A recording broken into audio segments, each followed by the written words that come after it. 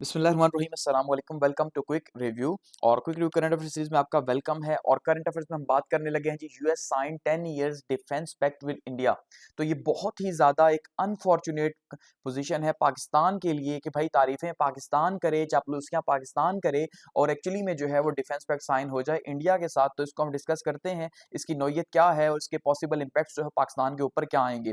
तो एक्चुअली में आप हम देखें क्या सेलिब्रेट कर रहे थे। अगर हम थोड़ा सा टाइम पहले जाते हैं तो हम ये देख रहे थे कि हम इस बात को बहुत ज़्यादा कहा जा रहा था कि भाई पाकिस्तान की नई फॉरेन पॉलिसी सामने आई है और उसमें जो है वो हमने चापलूसी को टॉप पे रखा है, नेशनल इंटरेस्ट को साइड पे रखा है। और जो एक्चुअली में जो हम ये कहते हैं इंटरनेशनल रिलेशंस के अंदर कि जो स्टेट्स हैं वो बेसिकली रैशनल एक्टर्स हैं, तो हमें यहाँ पे रैशनल एक्टर कहीं पे स्टेट दिखाई नहीं दी, बल्कि हमने सिर्फ जो है वो किसी पॉलिसी के तहत, किसी जो है वो स्ट्रेटेजी के तहत फॉरेन पॉलिसी को आगे नहीं लेके गए, बल्कि हमने जो है वो कोशिश की है कि वर्ड ऑफ माउथ के थ्रू, यानी अच्छी अच्छी बातें कहें। तो उन्होंने भी अच्छी अच्छी बातें कह दी। जहां पे भी ट्रम्प साहब खड़े होते थे तो आपने देखा कैसे पाकिस्तान की तारीफ की जाती थी, फील्ड मार्शल साहब की बार बार जिक्र किया जाता है, लेकिन हमें भी तारीफों से खुश किया गया तो हमने भी उन्हें तारीफों से खुश किया। लेकिन एक्चुअली में जहां पे उन्होंने कुछ करना था वो नहीं किया। और आप देखिए कि उनका जो है यूएस का दोबारा से 10 साल का डिफेंस पैक्ट इंडिया के साथ साइन हो गया। तो इसका मतलब ये है कि अगले 10 साल 2035 तक आप ये कह लें कि दोबारा जो है वो इंडिया और यूएस डिफेंस पार्टनरशिप हमें देखने को मिलेगी। उस रीजन के अंदर अगले 10 साल तक इंडिया फिर से जो है वो चौधरी बन के एंजॉय करेगा और इस रीजन के अंदर उसका इन्फ्लुएंस जो है वो इंक्रीज होगा, ये याद रखिएगा। ठीक है, तो इसको डिस्कस करते हैं एक्चुअली में। और इतनी बुरी बातें कहना नहीं चाहता, आई एम सॉरी, लेकिन हकीकत यही है कि हमारी जो फॉरेन पॉलिसी है हम ये देख रहे हैं कि भाई वो फेल हो गई, आप ये कह सकते हैं, या कोई फॉरेन पॉलिसी थी ही नहीं जिसका अभी हमें खमियाजा जो है वो भुगतना पड़ रहा है कि दोबारा से हमने जो है वो अमेरिका के क्लोज होके भी हम वो काम न करवा सके जो इंडिया ने जो है वो उन्हें प्रेशराइज करके करवा दिया। तो इसको डिस्कस करते हैं। ये देखिए मीटिंग जो है वो आज ही हुई है, फ्राइडे को ये मीटिंग हुई है। और ये साइड पे आप देखिए ये डिफेंस मिनिस्टर हैं इंडिया के और साइड पे जो है ये अमेरिका के हैं, तो इनके बीच में मीटिंग साइन हुई है। थोड़ा सा इसको डिस्कस करते हैं। इस टाइम पे बेसिकली एशियान की जो है वो डिफेंस मिनिस्टर्स की मीटिंग चल रही है कोलालमपुर के अंदर। ठीक है, तो वहां पे ये अनाउंसमेंट की गई है। तो 31 अक्टूबर को ये नहीं की गई है। यूएस के जो सेक्रेटरी हैं, डिफेंस सेक्रेटरी पीटर हेक्सेथ जो है इन्होंने की है। और दूसरी साइड से जो है वो इंडिया के जो डिफेंस मिनिस्टर हैं उनके बीच में हुई है। उन्होंने अनाउंस किया कि भाई 10 साल का हमने डिफेंस फ्रेमवर्क एग्रीमेंट जो है वो तय कर दिया है। और ये एक बहुत बड़ी बात है कि अमेरिका अगर कह भी देता है तो इससे भी बहुत जो है वो इम्पैक्ट जनरेट होगा। और एक ऐसे मौके पे जहां पे पूरी दुनिया ऑलरेडी पहले से मौजूद है एशियान के फोरम के ऊपर, तो इंडिया की और ज्यादा जो है वो वहां पे वाह हो जानी है। तो यहाँ पे ये कहा जा रहा है कि भाई इससे इसका इम्पैक्ट जो है वो क्या होगा कि मिलिट्री कोऑर्डिनेशन जो है वो यूएस के बीच में और इंडिया के बीच में स्ट्रांग होगी, इंफॉर्मेशन शेयरिंग भी होगी। ठीक है, और डिफेंस टेक्नोलॉजीज कॉपरेशन जो है वो यहाँ पे होगी, जो सबसे ज्यादा अलार्मिंग है पाकिस्तान के लिए। क्योंकि आज हम ये देख रहे हैं कि भाई दुनिया जो है वो एआई की तरफ जा रही है और एआई वॉरफेयर की तरफ जा रही है। तो पाकिस्तान जैसे ममालिक के लिए इतना आसान नहीं है कि वो एआई को या टेक्नोलॉजी को बहुत ज्यादा इंटीग्रेट करें डिफेंस के साथ। जाहिर बात है हमारी वो कैपेबिलिटीज नहीं है और यहाँ पे इसके एक्सपेंडिचर्स भी बहुत ज्यादा हैं। तो अगर इंडिया को ये जो है फैसिलिटी मिलती है तो वो नेक्स्ट लेवल पे जाहिर बात है उसका डिफेंस जाएगा। क्योंकि इंडिया को जो है बार बार वही बात आती है कि इंडिया को प्रिपेयर किया जा रहा है चाइना के लिए। ठीक है, तो यहाँ पे जो है वो राजनाथ सिंह जो है इनके डिफेंस मिनिस्टर जो आपको खड़े हुए दिखाई दिए, ये कह रहे हैं भाई ये एक न्यू चैप्टर है यूएस और इंडिया डिफेंस रिलेशंस के अंदर। ठीक है, तो हमारे भी डिफेंस रिलेशंस पिछले 70 साल से अमेरिका के साथ रहे हैं और हमने भी जो डिफेंस रिलेशंस हैं, जो स्ट्रेटेजिक रिलेशंस के जिन्हें हम नाम देते हैं, वो अमेरिका के साथ रखे हैं। हमें भी माजी में डील्स मिलती रही हैं, लेकिन अभी तक फिलहाल हमें इस बार जो है वो कोई ऐसी डील नहीं मिली। ठीक है, हालांकि तारीफें हमारी हमारी लीडरशिप की अगर बात करें तो बार बार की गई हैं और ये कहा गया कि इंडिया के 6 जहाज भी गिराई। अभी आपने देखा रिसेंटली 3 दिन पहले जो है वो ट्रम्प साहब ने फिर से कहा कि 6 बड़े ही प्यारे जहाज जो है वो पाकिस्तान ने गिरा दिए। ठीक है, लेकिन फिर भी उन्होंने जो इतना इंसल्ट करके फिर भी उन्होंने जो डील साइन की वो पाकिस्तान की बजाय इंडिया के साथ जो है वो साइन की है। ठीक है, तो अब इसकी अगर अहमियत की बात करें, जो सबसे अहम चीज है कि इसकी अहमियत क्या है। देखिए इसकी अहमियत बहुत ज्यादा है। ये पहले 27 जो है वो अक्टूबर की मीटिंग है कोलालमपुर के अंदर, जहां पे जयशंकर साहब जो है मार्को रूबियो से मुलाकात कर रहे हैं। ठीक है, और ये यानी इसकी बेस बनी है और उसके बाद जो है वो आज 31 अक्टूबर को जो है वो इसको अनाउंस किया गया अमेरिका की तरफ से। ठीक है, तो इसके सिग्निफिकेंस बहुत ज्यादा है। अब सबसे सिंपल हम पाकिस्तान की तो बात करेंगे ही करेंगे, लेकिन देखिए सबसे इंपॉर्टेंट चीज क्या है कि यूएस जो है अब दोबारा से आपने देखा कि पिछले कुछ टाइम से लास्ट 2 मंथ से अगर हम बात करें तो इंडिया और अमेरिका के जो रिलेशंस थे वो नीचे जा रहे थे और हम इसे पाकिस्तान के अंदर जो है वो बहुत ज्यादा सेलिब्रेट कर रहे थे कि भाई इंडिया और अमेरिका जो है वो पिछले 10-20 साल से यानी 2 दहाइयों से तकरीबन उनकी पार्टनरशिप चल रही थी, तो हमने देखा वो नीचे जा रहे हैं, जबकि हमें पता था कि इंडिया यहाँ पे चौधरी बनाना चाहता है इंडिया को, ठीक है, यूएस जो है वो इंडिया को चौधरी बनाना चाहता है। चौधरी का मतलब ये है कि रीजनल पावर के तौर पे उसे वो आगे लेके आना चाह रहा है, यानी यहाँ पे रीजनल पावर चाइना आगे है ना, अगर आप देखेंगे तो वो रीजनल पावर के तौर पे चाइना के बजाय इंडिया को यहाँ सपोर्ट करता है।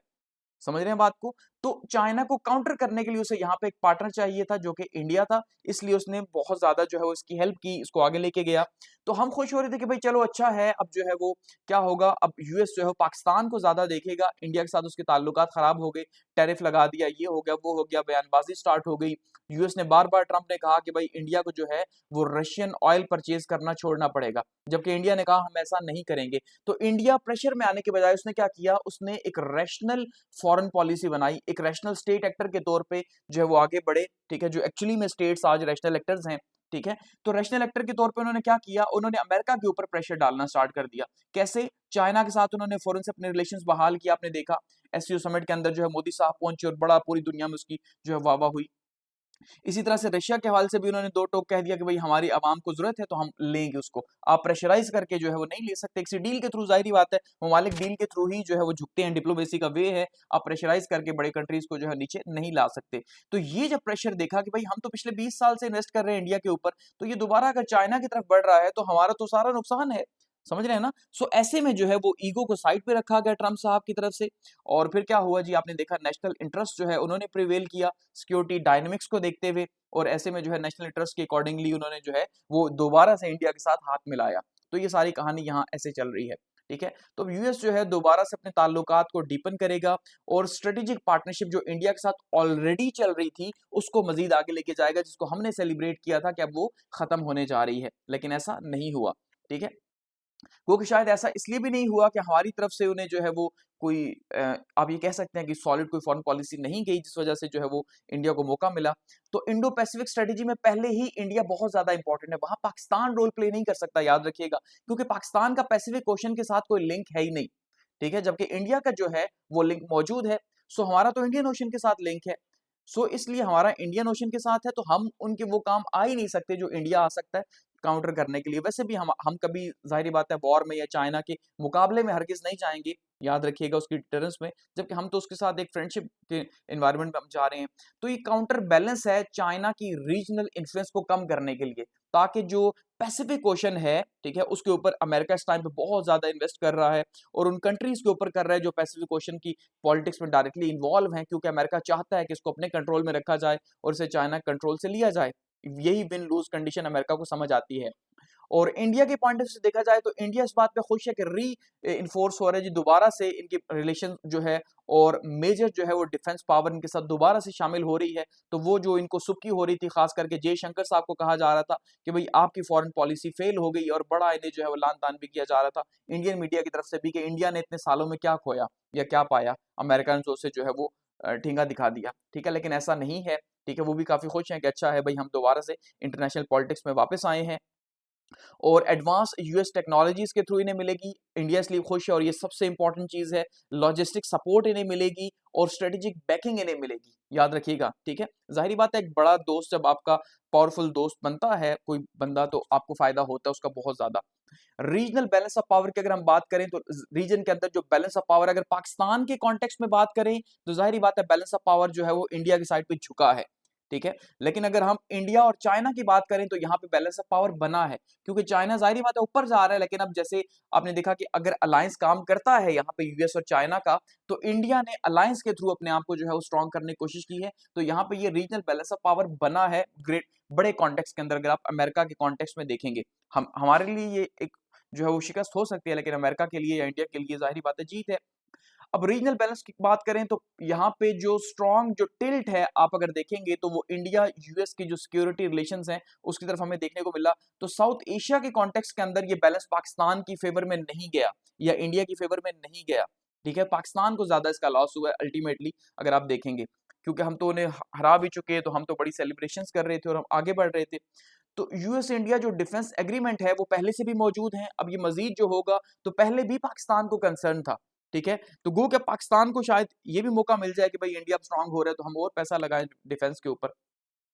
तो असल जो हमें गम मनाना चाहिए वो इस बात के ऊपर कि ट्रम्प जो है वो कैसा शख्स है, कि भाई जाहिर बात है नेशनल इंटरेस्ट के ऊपर उन्होंने डिसीजंस लिए हैं, इमोशनली उन्होंने डिसीजंस नहीं लिए, ठीक है। तो इसका मतलब ये है कि हमें कभी भी अमेरिका ने जो है वो बराबर का पार्टनर नहीं समझा, बराबरी उन्होंने इंडिया के साथ ही देखी, उन्होंने जो है वहां पे डिफेंस पैक्ट साइन किए, हमने उन्हें मुंह से खुश किया, वो भी हमें जहां खड़े होते हैं वो जिक्र करते हैं फील्ड मार्शल साहब का कि बड़े शानदार बंदे हैं, शहबाज शरीफ साहब का जिक्र करते हैं जिन्होंने इतना तारीफों के पुल बांध दिए, लेकिन हमें उन्होंने दिया कुछ नहीं उसके अगेंस्ट में, समझ रहे हैं। तो हमें मिला कुछ नहीं है। पाकिस्तान के लिए इंप्लीकेशंस क्या हैं, अब देखिए पाकिस्तान के ऊपर बहुत ज्यादा प्रेशर आएगा इसका, पाकिस्तान का जो डिफेंस है उसके ऊपर काफी ज्यादा इसका प्रेशर आएगा, क्योंकि इंडिया जो है वो डिटरेंस में थोड़ा सा आगे जाहिर बात है जाएगा जब उसके 10 साल मुआहदा फिर से हो गया, तो यहाँ पे डिटरेंस जो है उसकी कैलकुलेशंस अगर हम करेंगे तो वो इंडिया के फेवर में ज्यादा जाएंगी, पाकिस्तान की फेवर में नहीं आएंगी। हाँ अगर ये ना होता तो जाहिर बात है चीजें डिफरेंट थी, लेकिन हमने हमेशा जैसे मैंने आपको पहले ही बताया कि हमने डिफेंसिव रियलिज्म को अपनाया है, हमने हमेशा इंडिया के अगेंस्ट में अपने आप को पावरफुल किया, ठीक है। जबकि इंडिया का भी डिफेंसिव रियलिज्म है, लेकिन डिफेंसिव रियलिज्म चाइना के अगेंस्ट में है कि वो चाइना को जो है वो जो ऑफेंसिव है चाइना इस टाइम पे, लेकिन चाइना की बात करें तो वो भी डिफेंसिव रियलिज्म में है अमेरिका के अगेंस्ट में।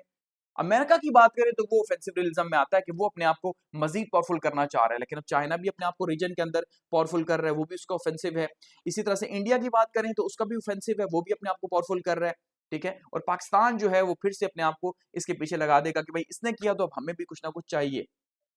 तो पाकिस्तान जो है अब वो क्या करेगा, अपने अलायंसेस को स्ट्रॉन्ग करने की कोशिश करेगा, जो नए पार्टनर्स के बने हैं यानी चाइना तो पहला है, लेकिन जो डिफेंस पैक्ट सऊदीया के साथ साइन हुआ तो अब कोशिश करेगा कि इनके साथ मिलके पाकिस्तान जो है वो अपनी भी डिफेंस को एआई की तरफ लेके जाए, टेक्नोलॉजी की तरफ लेके जाए और मजीद आगे लेके जाए, ठीक है। और पाकिस्तान को अपनी फॉरेन पॉलिसी चॉइसेस को फिर से देखना पड़ेगा, सबसे इंपॉर्टेंट यही है कि अभी हम जो है वो सब कुछ अमेरिका के पीछे लुटा बैठे थे, तो जाहिर बात है हमें फिर से देखना पड़ेगा कि हम कभी भी अमेरिका पे ट्रस्ट नहीं कर सकते, हमें चाइना के साथ ही आगे जो है वो बढ़ना होगा और हमें यहाँ पे एक बैलेंस बनाना होगा और अमेरिका से भी डिमांड करनी होगी कि हमें भी कुछ दे भाई, ठीक है। ट्रेड डील तो दी है, वो तो इंडिया को भी मिल रही है, हमें उसके अलावा आप क्या दे रहे हैं, कुछ भी नहीं दे रहे हमें, तो हमें उसके अलावा भी कुछ आपसे चाहिए, लेकिन उसके लिए हमारी एक रैशनल फॉरेन पॉलिसी का होना बहुत ज्यादा जरूरी है, जैसे इंडिया ने प्रेशराइज करके अपनी बातें मनवाई हैं, समझ रहे हैं।